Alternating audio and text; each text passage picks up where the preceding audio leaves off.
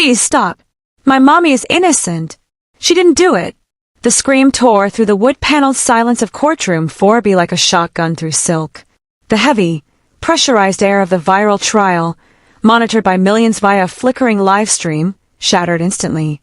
In a world of gray suits and black robes, the intruder was a blur of impossible color.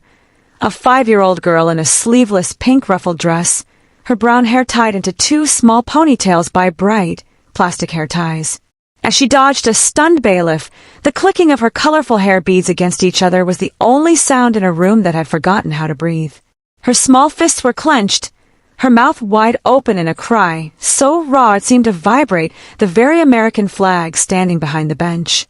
Every camera in the room, and every viewer behind a screen, immediately pivoted to the one man who held the power to crush this interruption or listen to it. Judge Robert Whitman sat behind the high mahogany bench like a marble statue. To the legal world, he was the iron gavel, a man who operated on logic, statutes, and a clinical indifference that bordered on robotic. He was a ghost in a black robe who hadn't shown a flicker of emotion in over a decade, ever since a personal tragedy convinced him that the law and the truth were 2 very different things. But as Emily Carter reached the foot of his bench, leaning forward with eyes wide with a terror that looked hauntingly familiar, the iron gavel didn't fall. For the first time in 5 years, the man who had forgotten how to feel anything looked down at a child, and the dragon of his own past began to stir. You need to stay until the very end, because what this cold-hearted judge does for this little girl will not only break the rules of the court, it will rewrite the meaning of justice itself. Judge Robert Whitman's life was a study in straight lines and sharp edges. Every morning at precisely 5:30 a.m., he woke in a high-rise apartment that felt more like a gallery of silence than a home. The furniture was minimalist, the surfaces polished to a mirror finish, and the air held the sterile scent of expensive cedar and loneliness. There were no photographs on the mantel, only a collection of antique hourglasses, their sand slipping away with a quiet, rhythmic finality that mirrored the ticking of his own heart. To the legal world of the city, he was not a man, but an institution. They called him the Iron Gavel, a nickname earned through 20 years of delivering verdicts that were as precise as a surgeon's incision and as cold as the marble pillars of a courthouse. He didn't believe in the spirit of the law, he believed in the ink. To Whitman, the courtroom was a sanctuary of logic, a place where the messy, bleeding chaos of human emotion was filtered through evidence and procedure until it became something manageable. Something dead? As he draped the heavy black judicial robe over his shoulders in his private chambers, the weight of it felt like armor. He adjusted his silver silk tie in the mirror, looking at a face that had become a mask of professional indifference. His eyes, once a vibrant blue, had faded to the color of a winter sea. He had spent years perfecting this look, the look of a man who could sentence a person to life in prison and then go eat a solitary dinner without a second thought. His clerk, an ambitious young man named Marcus, popped his head into the chambers. The Carter trial is hitting peak viewership on the live stream, Judge. The world is watching this one. Whitman didn't look up from his notes. The world is irrelevant, Marcus. Only the record matters. He stepped out into the courtroom, the bailiff's cry of "all rise" acting as the opening note of a symphony he had conducted 1,000 times. He took his seat behind the mahogany bench, looking down at Sarah Carter. She looked like a ghost, pale, trembling, her eyes hollowed out by weeks of televised scrutiny. To Whitman, she was just another file, another set of data points in a complex financial fraud case. He didn't see a mother. He didn't see a woman fighting for her life. He saw a defendant. He had forgotten that beneath the statutes and the transcripts, there were heartbeats. He had forgotten the sound of his own daughter's laughter, a sound he had traded for the safety of the iron persona. He picked up his pen, ready to begin the ritual of the law, entirely unaware that the sterile fortress he had built around his life was about to be breached by a pair of small, pounding fists and a cry for mercy that no law book could contain. The rhythmic drone of the lead prosecutor's opening statement was a sound Whitman usually found comforting.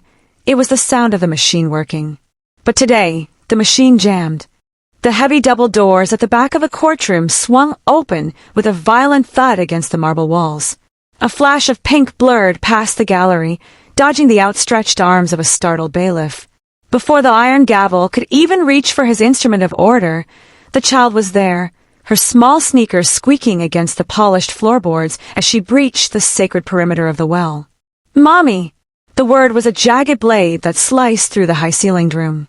Emily Carter didn't stop at the defense table where her mother sat, frozen in a mask of grief. The girl kept running, her small frame propelled by a kinetic desperation that defied the gravity of the law. She reached the judge's bench, her tiny, paint-stained fingers gripping the edge of the dark mahogany, as if she were drowning, and the judge was the only rock in a rising tide. Whitman felt a cold, sharp electric shock radiate from his spine to his fingertips. He looked down, and for the first time in a decade, the iron gavel forgot his script. Emily's head was tilted back, her face flushed a deep, frantic red. Her eyes were wide, too wide for such a small face, and swimming with a raw, liquid terror. In that flickering second, the courtroom vanished.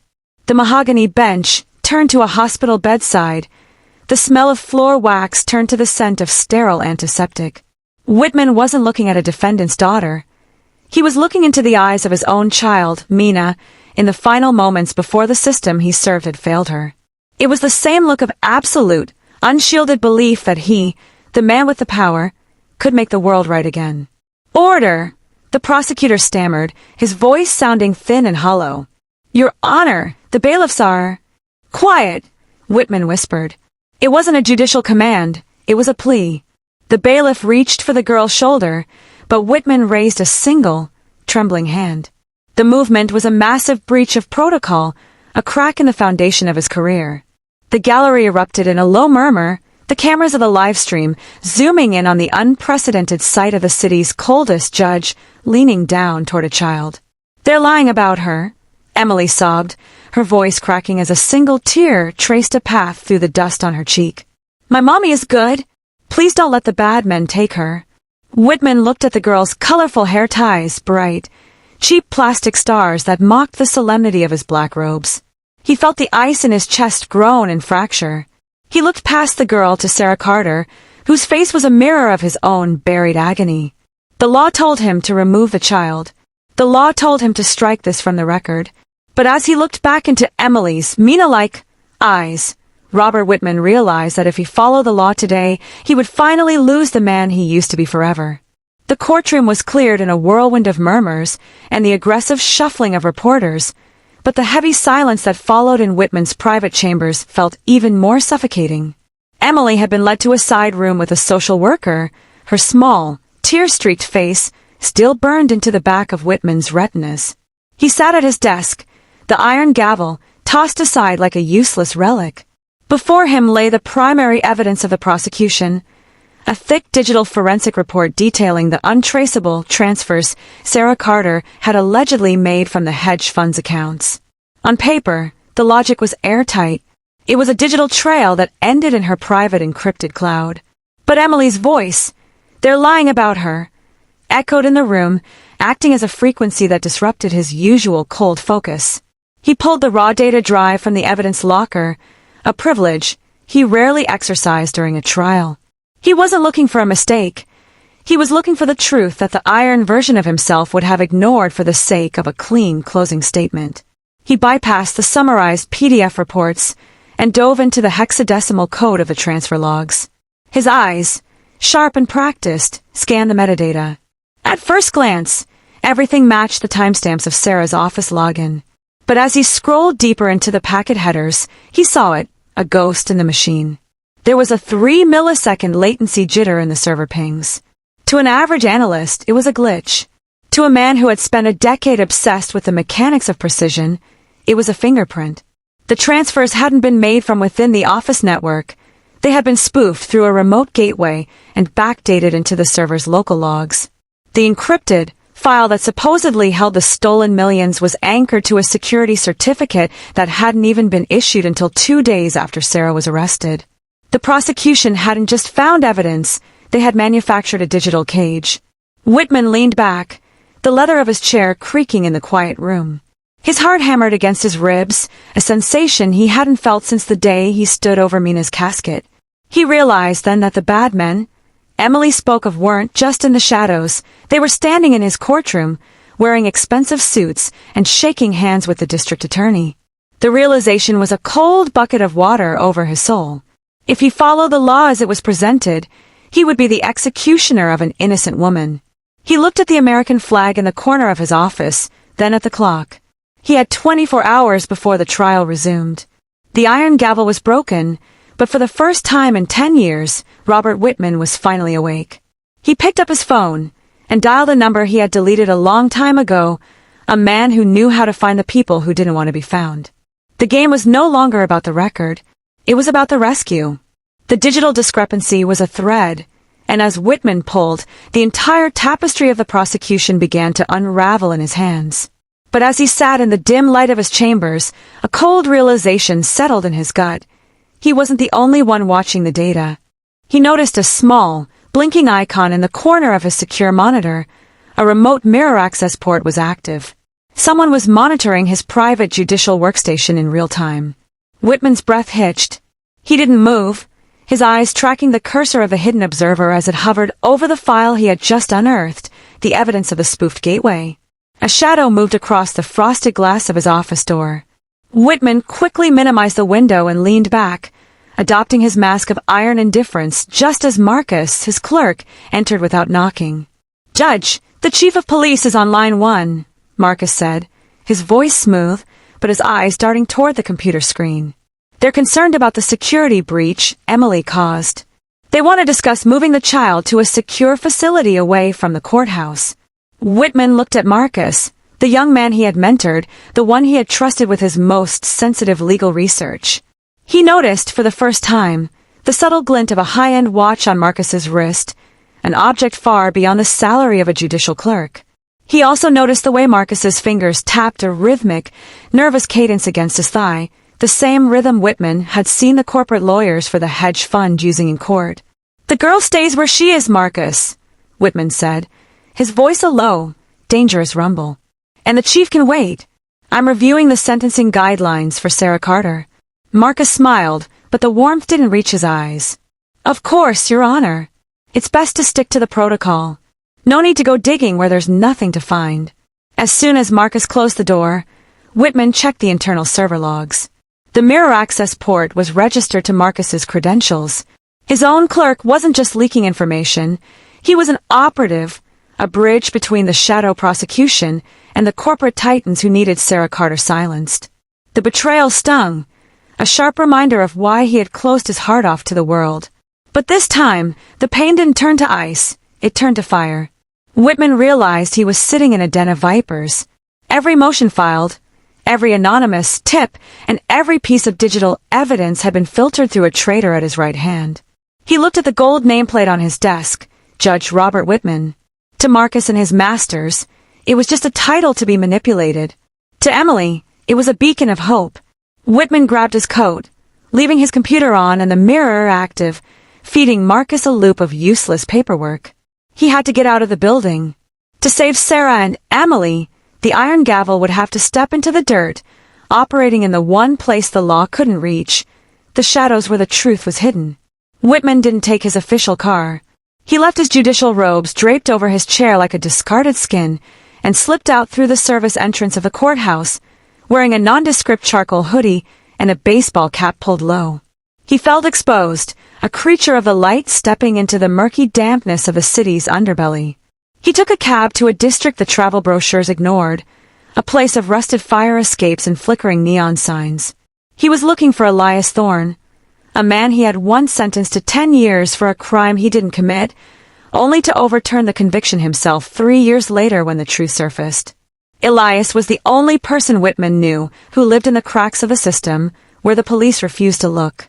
"You're a long way from the bench, Judge," Elias said, leaning against a graffiti-covered brick wall in a narrow alleyway. He didn't look surprised. Men like Elias were never surprised by the desperation of the powerful. "I need to find a witness," Whitman said, his voice stripped of its courtly authority. "A tech technician named Leo Vance. He worked for the hedge fund until the day before Sarah Carter was arrested. The police report says he moved out of state." "I don't believe them." Elias spat on the ground and pulled out a burner phone. Vance didn't move. He was moved. There's a difference. The police didn't miss him, they were told to look the other way. He's being kept in a dry house near the docks, a place where they stash people until the trial is over and they aren't needed anymore. Or until they disappear for good. Whitman felt a chill that had nothing to do with the night air. This wasn't just a frame-up, it was a kidnapping sanctioned by the very people he worked with. He followed Elias through a labyrinth of shipping containers and abandoned warehouses, his heart hammering a frantic rhythm against his ribs. He was a man of the law, but here, the law was a foreign language. They found the place, a crumbling brick structure with boarded-up windows and a heavy steel door. Inside, they found Vance, a man trembling so hard he could barely hold a glass of water. He wasn't a criminal. He was a terrified witness who had seen the back door Marcus and the corporate shadow had used to plant the files on Sarah's computer. "I tried to tell them," Vance whispered, his eyes darting to the door. "But they said if I talked, my family would pay the price. They have photos of my kids, Judge." Whitman looked at the man's shaking hands and thought of Emily's colorful hair ties. The iron gavel was gone, replaced by a man who realized that sometimes, to uphold justice, you had to break every rule in the book. "I can't offer you a witness protection program tonight, Leo," Whitman said, his voice low and steady. "But I can offer you the only thing that matters. I can offer you the truth, and I'm going to give you the biggest stage in the world to tell it." As the cold air of the safe house bit through his civilian clothes, Whitman watched Leo Vance pull up a series of encrypted architectural files on a battered laptop. "It wasn't just about the money, Judge," Vance whispered, his face illuminated by the pale blue light of a screen. "It was about the algorithm. Sarah didn't steal it. She built it to protect people, and that made her a liability." Whitman leaned in, his analytical mind snapping into place. 4 months, the prosecution had painted Sarah as a greedy executive who had embezzled millions to fund a lavish lifestyle. But as the files scrolled by, a different story emerged. A story of a brilliant logistics expert who had discovered that her firm, Vanguard Holdings, was using a black box code to manipulate global supply chains, artificially inflating the price of life-saving medicine. Sarah hadn't been stealing, she had been documenting. She had built a dead man's switch into the company's internal ledger, a silent observer that recorded every illegal transaction. "She wouldn't sell her soul," Vance explained, his voice trembling. "They offered her an 8-figure partnership to sign off on the glitch. She refused. 2 days later, the FBI was at her door with a warrant for embezzlement. They didn't just want her in prison, they wanted her brilliance discredited, so no one would ever believe her whistleblowing. The logistics of the lie were perfect. By planting the stolen funds in an account tied to her name, the company had turned her own defensive code against her. They had used her fingerprints to lock her own cage." Whitman looked at the lines of code, the elegant, honest work of a woman who had prioritized her integrity over her freedom. "They thought she was alone," Whitman murmured, the iron in his voice returning, but this time it was tempered by a newfound purpose. "They thought no one would look past the paper trail." He thought of Sarah's face in the courtroom, not the face of a criminal, but the exhausted expression of a soldier who had held the line as long as she could. She had been fighting this war in total silence to protect Emily, unaware that her daughter would be the one to finally bring her a general. "We need to get this to the court," Whitman said, his eyes hardening. But not through the clerk's office. Not through Marcus. He realized that Sarah Carter wasn't just innocent. She was the only person in the city who had been brave enough to stand up to the monsters Whitman had spent years politely presiding over. The lie was massive, reaching into the pockets of the very people who funded the judicial re-election campaigns. If he brought this to light, there would be no going back. The iron gavel would be shattered for good. "Leo," Whitman said, standing tall. "Pack the laptop. We're going back to courtroom 4B. The trial isn't over. It's finally beginning." The clock on the dashboard of Elias's battered sedan felt like a ticking bomb. It was 8:42 a.m. In 18 minutes, the jury would be escorted into the deliberation room, and the door to Sarah Carter's life would swing shut, likely forever. "I can't get you past the front gates without a swarm of reporters and Marcus's people spotting us," Elias growled, swerving through a narrow alley to avoid a gridlocked intersection. "The moment they see Leo Vance, they won't just stop the car, they'll stop his heart." Whitman looked at Vance, who was huddled in the back seat, clutching the laptop like a life preserver. The judge's mind raced, calculating the logistics of the very system he had built. He knew the courthouse layout better than any architect. "The loading dock," Whitman commanded. "There's a service elevator that bypasses the metal detectors and goes straight to the judicial floor. It requires a level 4 bypass key." "Which you have," Elias noted. "Which I am currently using to commit what my colleagues would call career suicide," Whitman replied, his voice devoid of regret. As they neared the courthouse, the digital world was already exploding. The live stream was active, showing an empty judge's bench and a restless courtroom. The prosecutor was already standing, preparing to make a final motion to move straight to deliberation. Whitman's phone buzzed incessantly in his pocket. Marcus, the shadow prosecution, perhaps even the Chief Justice, but he ignored them all. They hit the loading dock at 8:54 a.m. Whitman practically dragged Vance out of the car. They sprinted toward the freight elevator, the smell of exhaust and damp concrete filling Whitman's lungs. He swiped his keycard, and the light turned a steady, mocking green. As the elevator groaned upward, the speaker inside crackled with the courtroom feed. He heard Marcus's voice through the intercom. "Due to the judge's unexplained absence, we are prepared to move for a directed." "Not today, Marcus," Whitman whispered to the empty elevator car. The doors opened on the 4th floor. Whitman and Vance burst into the hallway, heading for the rear entrance of courtroom 4B. 2 court officers stepped into their path, their hands moving toward their holsters, eyes wide with confusion at the sight of their chief judge in a hoodie and a terrified civilian. "Stand down," Whitman barked, the iron gavel returning to his voice with enough force to make the men flinch. "I am the presiding judge of this trial, and I am bringing in a rebuttal witness. Open those doors, or you'll be answering to the Supreme Court by noon." The officers hesitated, then stepped aside. Whitman reached for the heavy oak doors. Behind them sat a woman's fate, a child's hope, and a corporate empire built on lies. He looked at Vance. "Don't look at the cameras, Leo. Look at me." With a violent shove, Whitman threw open the doors. The courtroom turned into a sea of gasping faces and flashing bulbs. At the defense table, Sarah Carter looked up, her eyes meeting Whitman's. In the front row, Emily's small hands flew to her mouth. The clock struck 9 a.m. He had made it. The race was over, but the war for the truth was just about to reach its boiling point. Whitman didn't go to the bench. He marched straight to the witness stand, Leo Vance at his side, as the courtroom descended into a cacophony of shouting lawyers and frantic camera clicks. Marcus, the clerk, was pale, his eyes darting toward the exits as he realized the iron gavel had returned with the one thing he couldn't manipulate, a living witness. "Your Honor, this is a gross violation of procedure," the lead prosecutor screamed, his face a mottled purple. "The evidence is closed. You are in contempt of your own court." Whitman turned, his gaze so sharp it seemed to physically push the man back. "I am the court," Whitman said, his voice a low, terrifying rumble that carried to every microphone in the room. "And I find this entire proceeding in contempt of the truth. Sit down, Mr. District Attorney, or I will have the bailiffs remove you in handcuffs."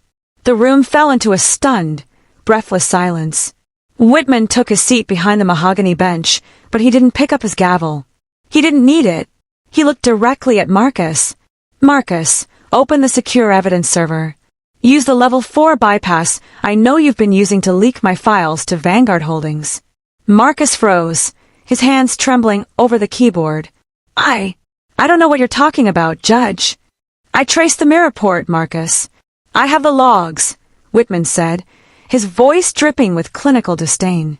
"Open the server now, or the federal marshals waiting in the hall will do it for you." With the world watching via the viral live stream, Whitman forced the digital trap to spring. Under his direction, Leo Vance plugged in the laptop, bypassing the corrupted courthouse network. The monitors mounted on the walls flickered to life, displaying not just the forged files, but the raw, unedited communication logs between the prosecutor's office and the CEO of Vanguard Holdings. It was a roadmap of corruption. The emails laid out the price for Sarah's silence, the instructions on how to frame her, and the specific plan to intimidate Leo Vance. The iron gavel had turned the courtroom into a cage, and the bars were closing in. The CEO, seated in the front row, stood up to leave, but Whitman pointed a finger like a loaded weapon.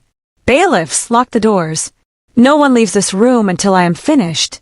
The transformation was absolute. Whitman wasn't just a judge anymore, he was a force of nature. He methodically dismantled the prosecution's case, point by point, until the shadow was dragged into the light. Sarah Carter was no longer a defendant, she was a survivor. And as Whitman looked at the terrified men who had tried to orphan a child for a profit margin, he realized that the law wasn't a set of rules to be followed, it was a weapon to be used for the innocent.